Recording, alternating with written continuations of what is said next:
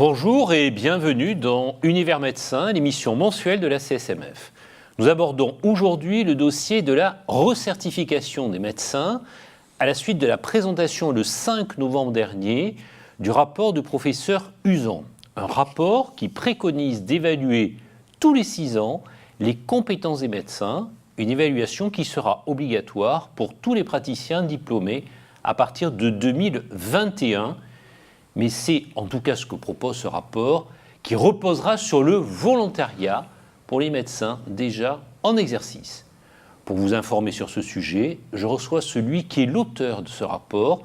Bonjour professeur Uzan, merci d'être parmi nous. Et Sylvain Gauthier, qui est le secrétaire général de l'intersyndicat des internes. Bonjour Sylvain Gauthier.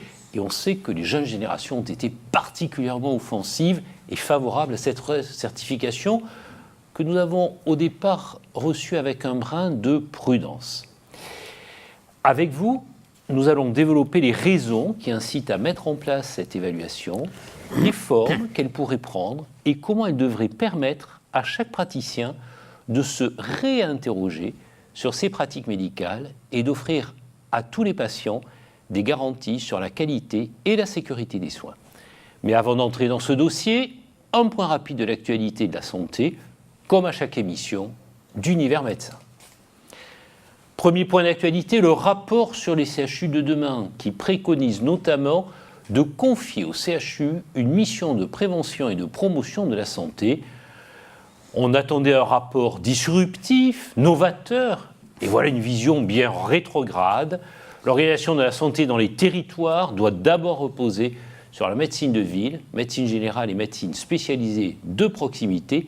C'est la médecine de ville qui doit être l'acteur principal du dépistage précoce et du repérage en matière de prévention, exemple que comporte ce rapport. Deuxième point d'actualité, le nombre de médecins bénéficiaires du cumul emploi-retraite qui ne cesse de croître. On atteint aujourd'hui 10%, soit plus de 12 000 médecins en janvier 2018. Les raisons sont multiples, la passion pour le métier, la difficulté à abandonner ses patients, la démographie médicale, la nécessité d'améliorer des retraites qui sont insuffisantes. Voilà différentes motivations qui font que nos confrères, qui ont pourtant bien donné pendant toute leur vie professionnelle, continuent à avoir une activité au moment de leur retraite. Enfin, dernier point d'activité plus préoccupant, les professionnels de santé. Ils sont en souffrance. Et un sondage Odoxa montre que 35% des professionnels de santé ont eu un problème de santé dans les 2 derniers mois, contre 21% pour l'ensemble de la population. Revenons au thème principal de cette émission, la recertification. Monsieur Serge Uzan, le rapport que vous avez remis le 5 novembre dernier au ministre de la Santé Agnès Buzyn et de l'Enseignement supérieur Frédérique Vidal, qui est ici, ce rapport propose de vérifier tous les 6 ans que les compétences des médecins sont bien à jour. Pourquoi cette recommandation, Serge Uzan ? Alors, premièrement, il faut savoir que c'est pas vérifié une fois tous les 6 ans, mais c'est de façon continue sur une période de 6 ans. L'idéal étant que chaque année, le médecin, au fil de l'eau, puisse montrer qu'il a acquis des compléments de connaissances, de compétences qu'il a remis au goût du jour. Mais nous le faisons déjà, nous faisons déjà de la formation médicale continue. Je n'ai pas du tout l'intention de faire découvrir l'eau chaude, et en tout cas la formation chaude, aux médecins. Simplement d'attester que cette démarche est bien réalisée par les médecins sur une période de 6 ans. Alors pourquoi 6 ans ? Parce que c'est 2 fois 3 ans qui est la période de DPC. Donc ça, c'est facile. Ça aurait pu être 3 fois 3, 9, mais ça paraissait trop long.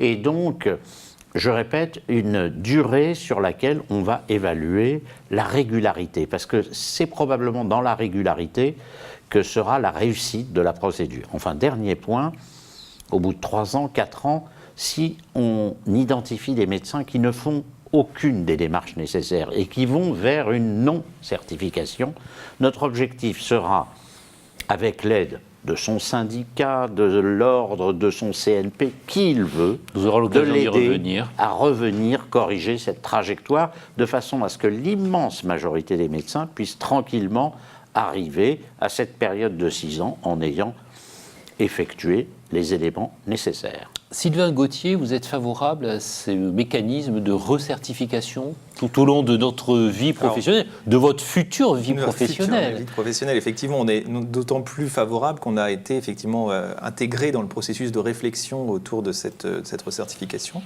Et il s'agit bien, effectivement, je reprends ce que disait Serge Jean à l'instant, c'est-à-dire c'est pas un point d'étape fixe, c'est bien au contraire de mettre le professionnel dans une réflexion permanente sur le maintien en compétences et en connaissances de ces acquisitions qu'il a eues dans le cadre de sa formation initiale. Et effectivement, ça intègre le DPC. On reviendra peut-être sur le contenu de cette recertification, mais pas seulement, puisqu'il y a également des réflexions autour de la relation entre le patient et le soignant, enfin le médecin et son patient. Des réflexions également sur la protection que le médecin se donne vis-à-vis des risques psychosociaux, ou en tout cas auxquels il peut être soumis. On est véritablement dans une démarche qui est celle de la gestion de risque, de l'évaluation des pratiques professionnelles au continu, pour véritablement valoriser des acquisitions en permanence et tout au long de sa vie professionnelle. On le faisait déjà, je le disais à l'instant. D'ailleurs, beaucoup de médecins n'ont pas attendu ce rapport et ces recommandations pour avoir une démarche volontariste de formation tout au long de leur carrière. Nous sommes allés il y a quelques jours les rencontrer lors des automnales du DPC organisées par Evolutis DPC, l'organisme de formation de la CSMF. Un reportage d'Oriane Loiseau. On change, s'il vous plaît, sur ceux que j'ai vus. Donc les patients deviennent des soignants et je regarde des positions. Bon, voilà, impec. Là et ici, bien parti, très bien. Il faut se remettre à jour en fait. Les connaissances sont obsolètes au bout d'un certain temps sur un certain nombre de domaines, au niveau diagnostic, au niveau thérapeutique. C'est pas toujours simple, il faut trouver le jour, le créneau, se faire remplacer si ça tombe un jour où on travaille, mais on y arrive. Simulation, pour le répéter ça. Je me levais subitement. Et vous étiez en train de me regarder, et je suis là. Action. Qu'est-ce qui se passe? J'essaye de faire le nombre de journées de DPC autorisées chaque année, surtout en séminaire comme ça, en présentiel, parce que je préfère le format interactif plutôt que sur Internet. Là, il est en arrêt, le patient. Le principe, c'est vraiment un échange entre pairs.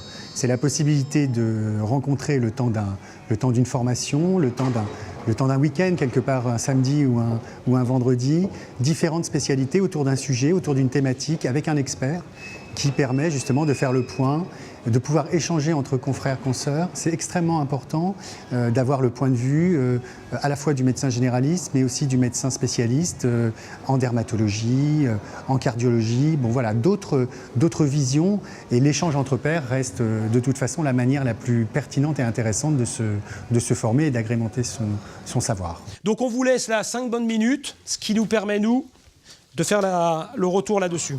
La formation médicale initiale, pour certains médecins d'ici, elle date de plusieurs années. Et il y a un besoin permanent de mise à jour des connaissances. Et on le voit aujourd'hui, des choses qui émergent en plus dans la pathologie quotidienne qui sont tout à fait récentes et liées à l'environnement, par exemple. On en parle beaucoup. Aujourd'hui, les perturbateurs endocriniens sont quelque chose d'important dans le repérage diagnostique de certaines pathologies. Les médecins ont besoin d'être formés tout le temps sur à peu près tout. Ces efforts-là seront attestés par les organismes que nous sommes dans un document de traçabilité de leurs engagements et de leurs efforts de formation. C'est une façon, quelque part, de pouvoir afficher davantage auprès de l'opinion publique que les médecins font bien, remplissent bien leurs obligations morales et déontologiques. Je vais faire mon acte de soin au plus près et au plus tôt de la situation aiguë pour stabiliser le patient et la ramener. On voit bien au travers ce reportage que les médecins sont en attente de formation qui leur permettent de faire le point sur leur pratique, mais aussi d'échanger entre pairs et avec les autres professionnels de santé. Cette recertification que vous proposez, Serge Uzan, correspond-elle à ces besoins? Alors, premièrement, il s'agit d'une certification périodique et d'une valorisation. j'ai beaucoup tenu à cela parce que recertification avait donné l'impression qu'on allait vous retirer quelque chose et éventuellement vous le redonner au terme d'un examen. Donc ça me permet d'évacuer immédiatement cette question. Ça s'appellera comment finalement? Quel est le terme que vous proposez? Certification et valorisation périodique. D'accord. Bien. Valorisation est aussi important que certification, on y reviendra. Mais déjà sur certification, ce qu'on vient de voir dans le reportage, c'est un des 5 items, c'est-à-dire le parcours DPC correctement rempli. Il est capital, il est incontournable. Mais il y a 4 autres items. Ils ont déjà été évoqués, la relation médecin-patient, le fait que le médecin prenne soin de sa santé et de sa qualité de vie pour répondre aux enjeux du serment de Genève. Troisièmement, le fait que le médecin maintienne un exercice professionnel. Ça, on a quand même bien noté qu'on ne pouvait pas donner une certification à quelqu'un qui n'exerce plus depuis 3 ans, ou 4 ans, ou 5 ans, ce qui serait évident. Et puis enfin, l'absence de signaux négatifs, en particulier de condamnation, etc. Donc, l'essentiel était dans ce reportage.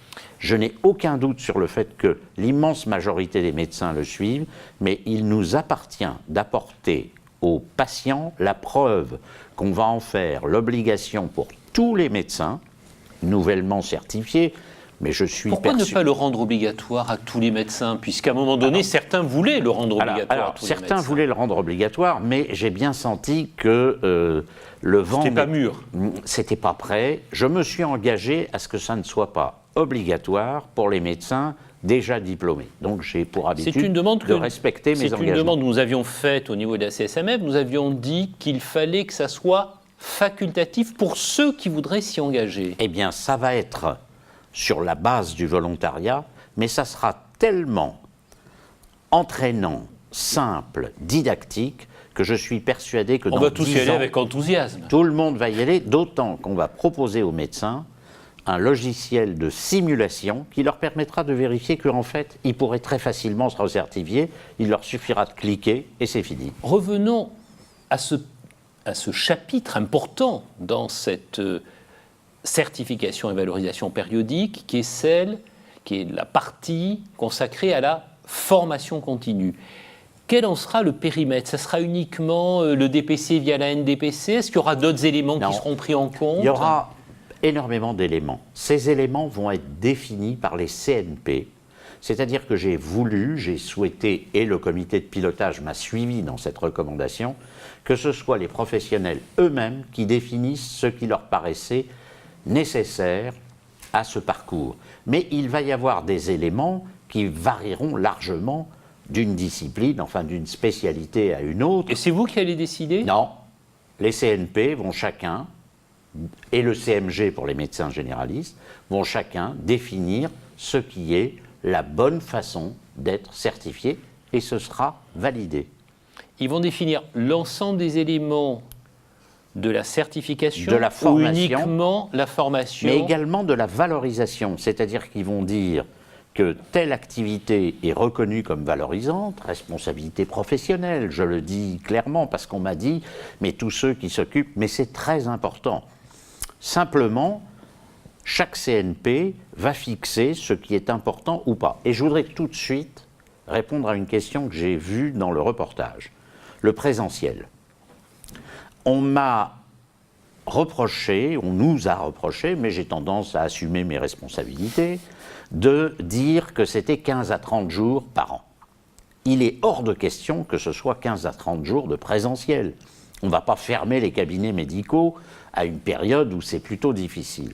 Donc chaque CNP, en fonction des capacités de leurs médecins affiliés, en fonction des nécessités, vont définir quelques jours de présentiel, peut-être 4, 5, et des jours, c'est-à-dire à des DPC, comme on a vu des gens là. Exclusivement à des DPC validés par la NDPC, ou est-ce qu'il y aura d'autres formes de présentiel, participation à un congrès? Bien sûr. Eh bien moi j'ai voulu qu'on ouvre. Il n'y a pas que le DPC indemnisé qui rentre là-dedans, les formations continues, les congrès, les réunions de pairs, les réunions des groupes qualité, de groupes qualité, etc. La formation via Internet, absolument.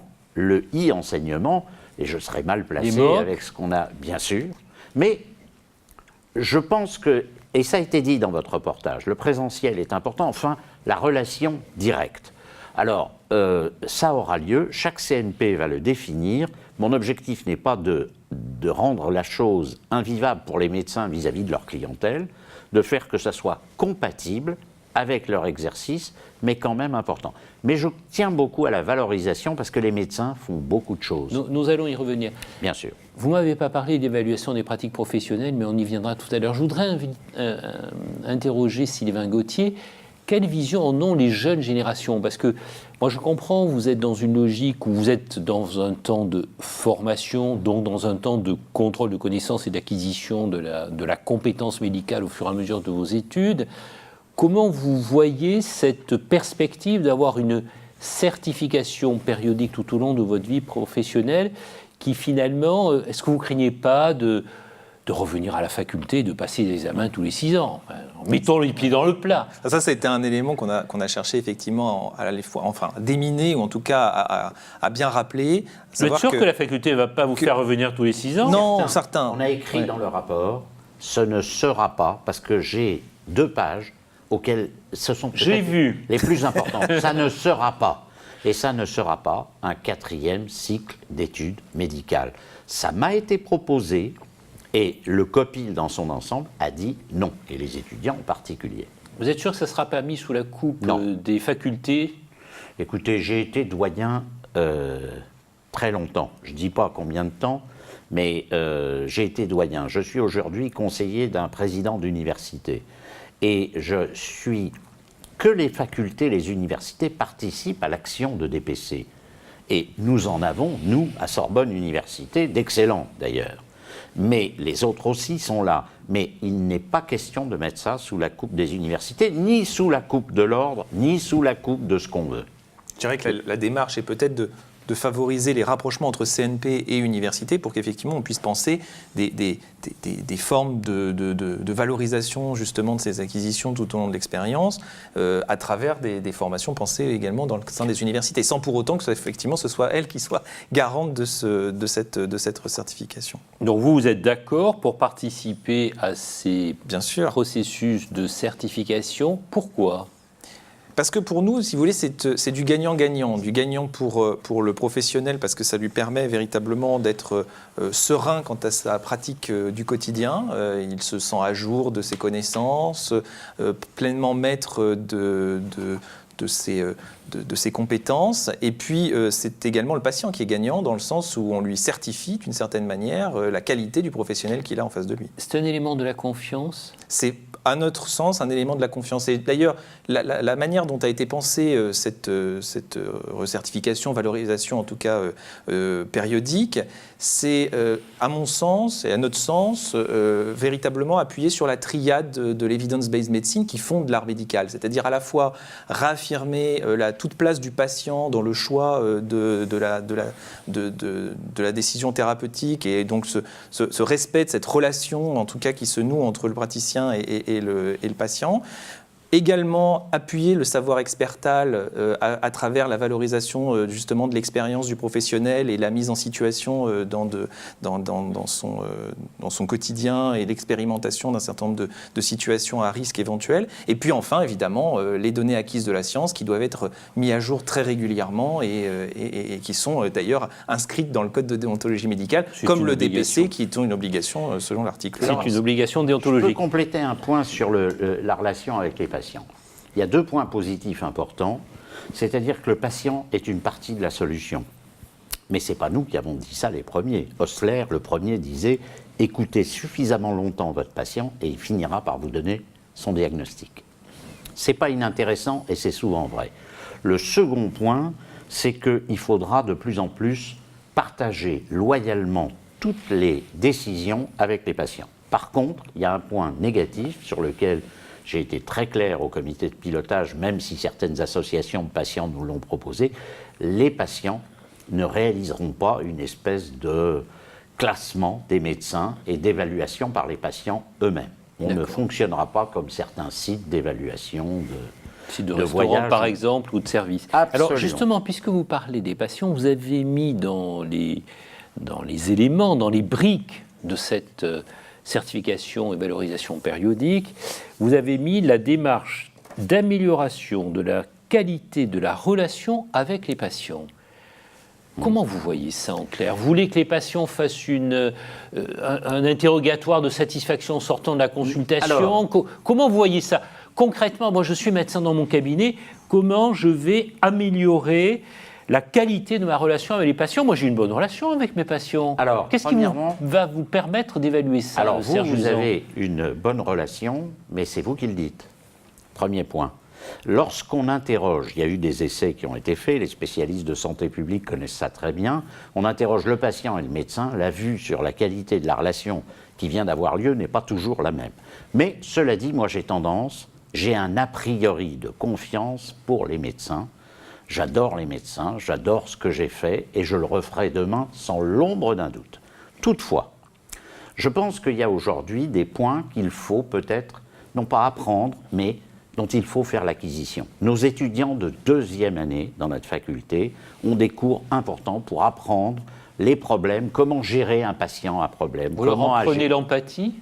Alors, on leur enseigne, oui, on favorise l'acquisition de cette question, par exemple, en faisant que tous nos étudiants vont participer à des systèmes d'écoute de patientes qui ont été martyrisées, violées, etc. Des systèmes, l'empathie. Alors, je ne dis pas qu'il va y avoir dans mon une technique. cabinet, j'entends ce que vous faites pendant les études, je suis persuadé que c'est bien, mais dans mon cabinet, dans ma vie quotidienne de médecin, dans mon cabinet, comment je vais pouvoir prouver que j'ai une démarche d'amélioration de la qualité de ma relation avec mes patients? Je réponds clairement. Ça me semble très flou. Vous n'aurez pas à le prouver, mais simplement à prouver que vous vous êtes donné les moyens d'améliorer votre démarche.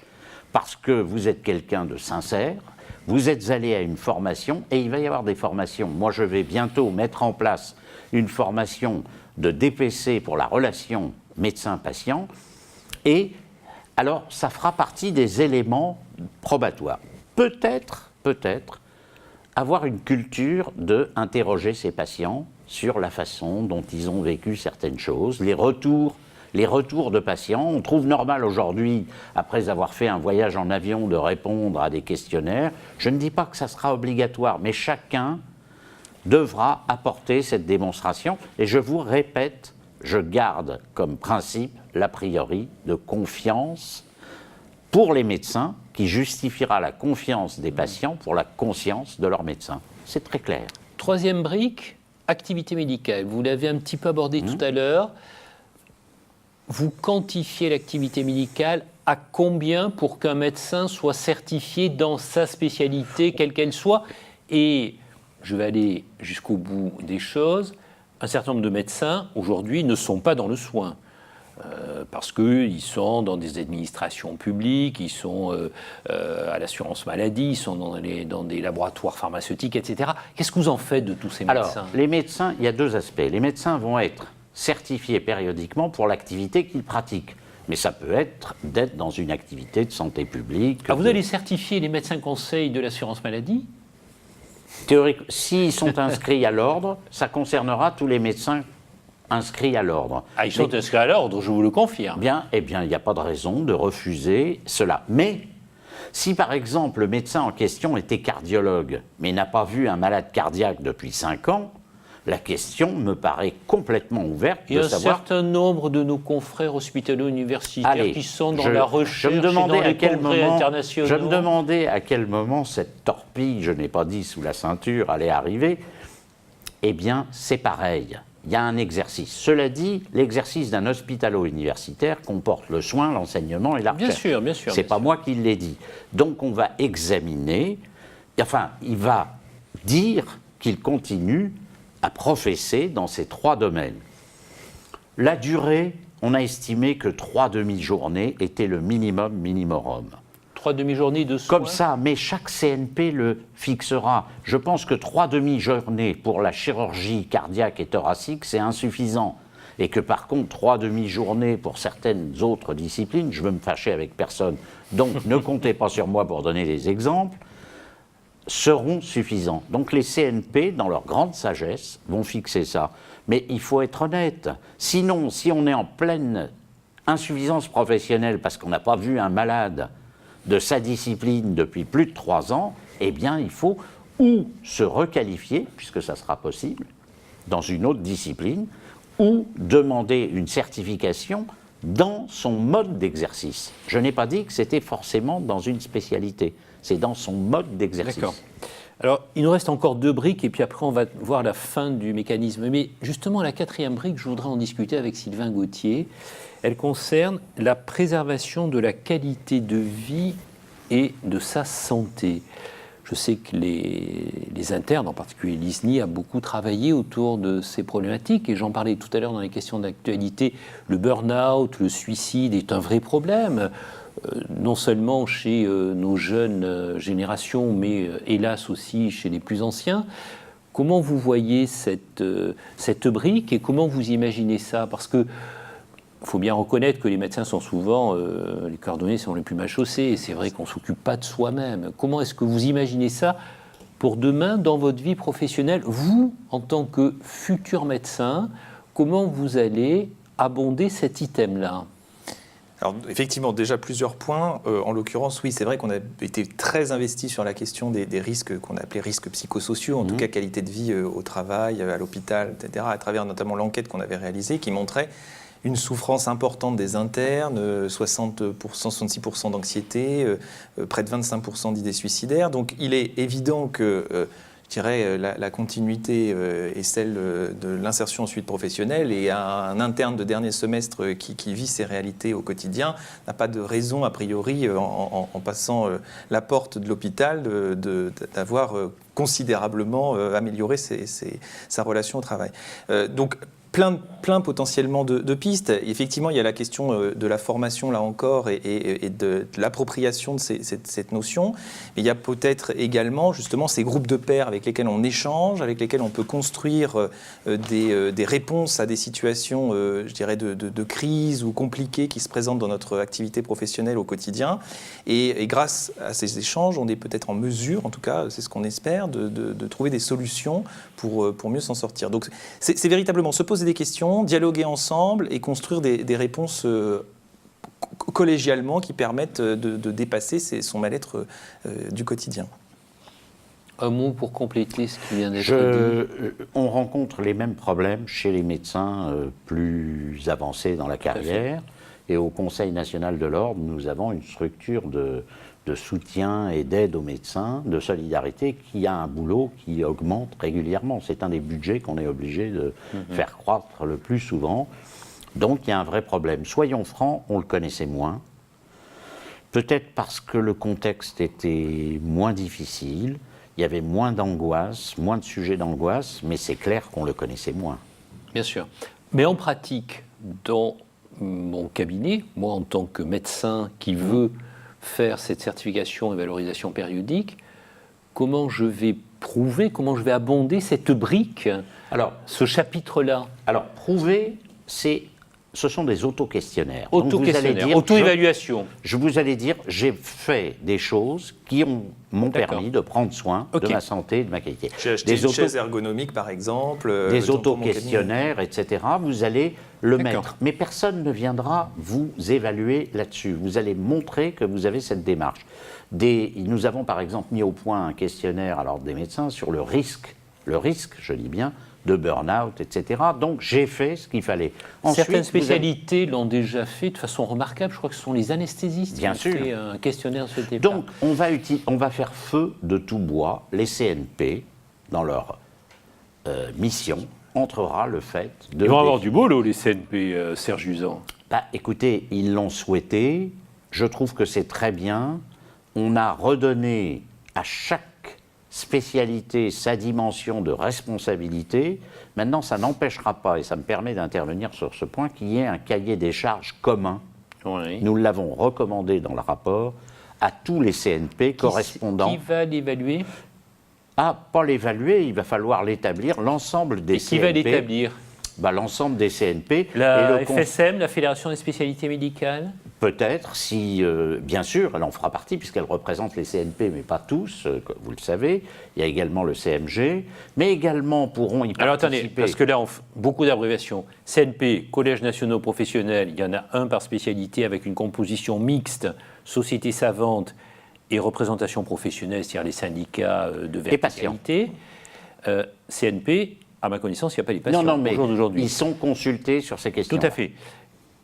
FSM, Fédération des spécialités médicales, CMG, Collège de médecine générale.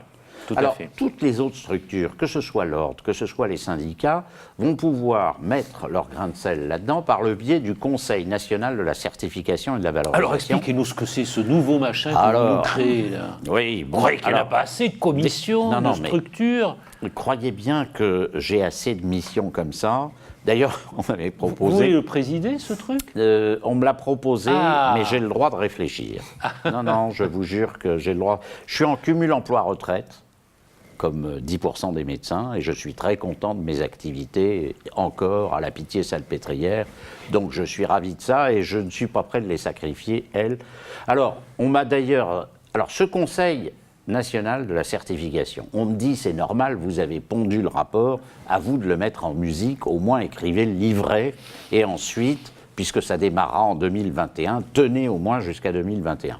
Je ne dis pas que ce soit forcément la meilleure solution. Mais toujours est-il que dans ce conseil, alors je rappelle que dans le comité de pilotage, il y avait des étudiants, ou des représentants des étudiants. Nous avons beaucoup regretté de ne pas y être associés. Mais, cher monsieur Ortiz, j'allais poursuivre dans ma réponse ce point en disant, par contre, dans le Conseil national de la certification et de la valorisation, les étudiants à qui on a demandé leur avis sur ce que serait leur avenir vont laisser leur place aux syndicats qui seront là. Il y aura 3 représentants des syndicats. Ce sera avec les patients ce qui sera le plus représenté, ça me paraît important, pour mettre en musique ça.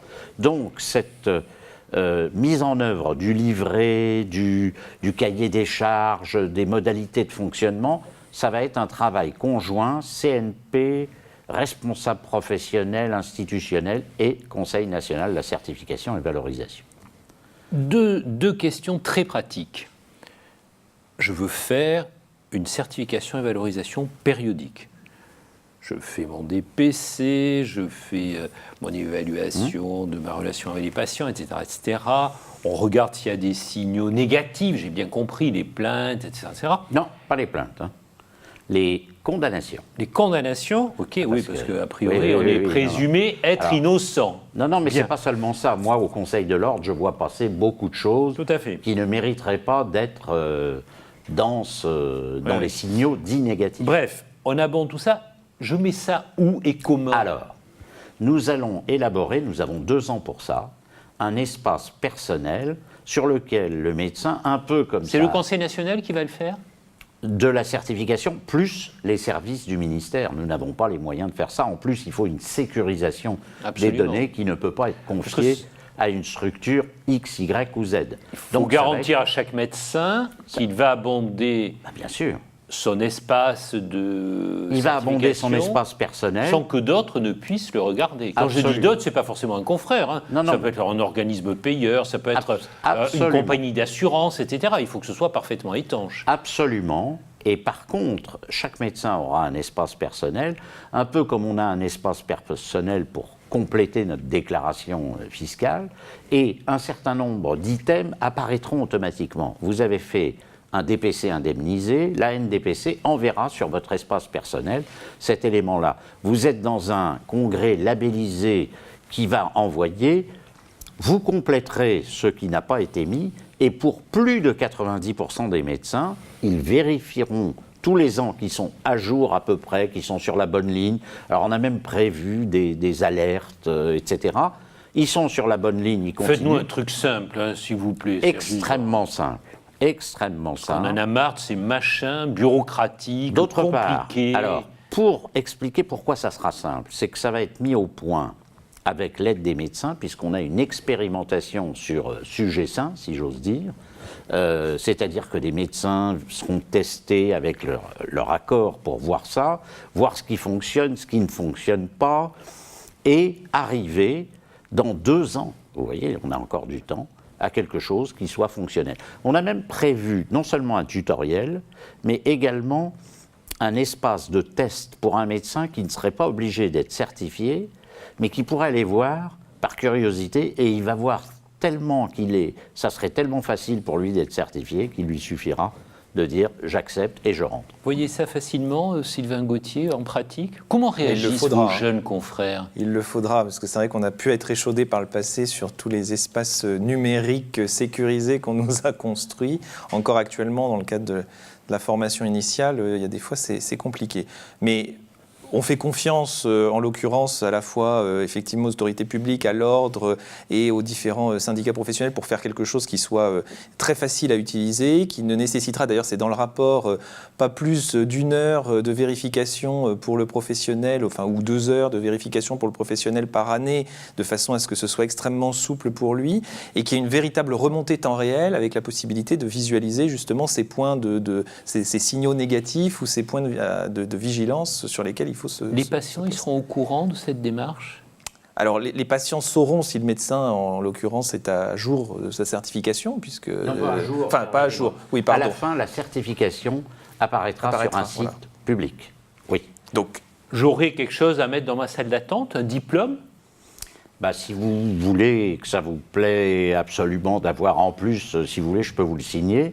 Mais non, les médecins qui seront certifiés seront sur un site. Alors, je voudrais qu'on parle aussi de la valorisation potentielle. J'allais vous poser la question. C'est bien joli tous ces trucs-là que vous nous mettez en place. Mais quel intérêt j'ai à faire ça? D'abord parce que vous devez le faire, ça c'est un premier point. Oui, mais enfin, si on commence par des obligations, si vous commencez on ne va pas être d'accord. Hein. Non, mais vous pouvez aussi me demander quel est votre intérêt intime de remplir votre déclaration d'impôt. C'est quelque chose que tout le monde a accepté, les citoyens et les médecins. Donc il faudra le faire. Mais ça va être simple, ça ne va pas être contraignant. Surtout, ça sera évolutif. S'il y a des choses qui sont compliquées, on les retirera. Vous avez employé tout à l'heure le mot de valorisation périodique. Alors, valorisation. Comment vous allez valoriser la démarche? Alors, je vous rappelle, il y a un exemple qui m'intéresse beaucoup, qui est celui de l'accréditation des disciplines dites à risque. Oui. Elles sont valorisées, par exemple, par un avantage assurantiel important, parfois pas loin de 10 000 € de différence. Elles sont valorisées par le fait que les patients voient que le médecin est accrédité, qu'en cas de problème médico-légal, il y a une certaine opposabilité de cette accréditation. Ça vaudra certification, cette accréditation? Actuellement, l'accréditation vaut DPC. Ça n'empêchera pas de remplir les items de la santé, etc. Mais aujourd'hui, l'accréditation vaut DPC.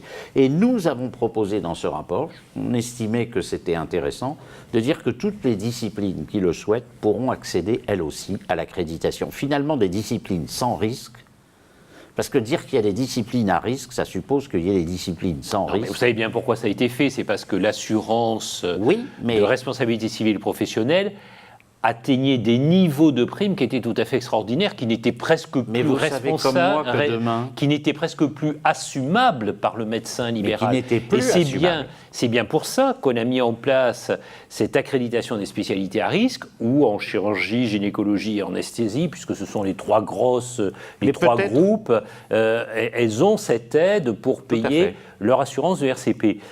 Lorsque vous le proposez, ce point-là, ça, c'est un premier point. Oui, mais eux, dans ces cas-là, ces spécialités ont un intérêt à agir qui est un intérêt financier. Est-ce que vous imaginez que la certification et valorisation périodique pourrait engendrer un mécanisme, et vous allez comprendre où je veux en venir, qui entraîne une valorisation, y compris financière, par exemple, pourquoi nous ne l'avons pas écarté. Sous forme d'espace de liberté, de tarification supérieure, prise en charge par les complémentaires, par exemple. Nous l'avons écrit dans le rapport, mais ce point-là... C'est le retour du DP ? Je n'ai pas dit ça et je ne voudrais pas... il appartiendra aux syndicats, parce que là, il faut que chacun soit dans son rôle. Moi, j'ai pas eu à... C'est pour cela que je veux qu'on distingue bien clairement un phénomène. Je l'ai appelé valorisation, c'est le maximum de ce que nous pouvions faire pour attirer l'attention sur le fait que les médecins avaient une démarche vertueuse et parfois lourde pour eux de certification. Donc, à nous de jouer maintenant À dans la vous de négociation. jouer. Très bien. Chacun son rôle. Nous allons arriver au terme de cette émission. Un mot de conclusion pour chacun sur cette proposition d'une procédure de certification et de valorisation périodique. Sylvain Gauthier, comment voyez-vous ça pour l'avenir et content, enthousiaste? Nous y sommes prêts, puisqu'on est déjà, je dirais, biberonné à travers notre formation initiale Ça va pas vous changer à la validation par compétences, régulièrement, en tout cas, via des référentiels de compétences et de connaissances. Donc, on s'inscrira pleinement, en tout cas, dans cette démarche, parce que ça nous semble être porteur de sens pour la pratique future et puis pour la qualité et la sécurité des soins également dispensés aux patients. Serge, nous aurons un mot de conclusion. Je voudrais remercier tous ceux qui ont participé au comité de pilotage. Je voudrais remercier les jeunes qui finalement m'ont soutenu très vite dans cette démarche, et ensuite tous les moins jeunes qui ont été également soutenants dans cette démarche. Elle est vertueuse, elle doit aboutir à une amélioration, à un maintien d'une confiance entre les médecins et les patients qui est absolument essentiel. Je pense que c'est là-dessus que nous pourrons juger des éléments de cette certification et valorisation périodique. Merci à Serge Usan et Sylvain Gauthier pour les éclairages que vous avez apportés sur ce dossier. Cette émission est maintenant terminée. Elle est disponible en replay sur les sites de la CSMF et de Fréquence M. Et vous pouvez aussi réagir sur les réseaux sociaux, #UniversMédecin. Bonne fête de fin d'année, à très bientôt, à l'année prochaine sur Univers Médecin. Bonsoir.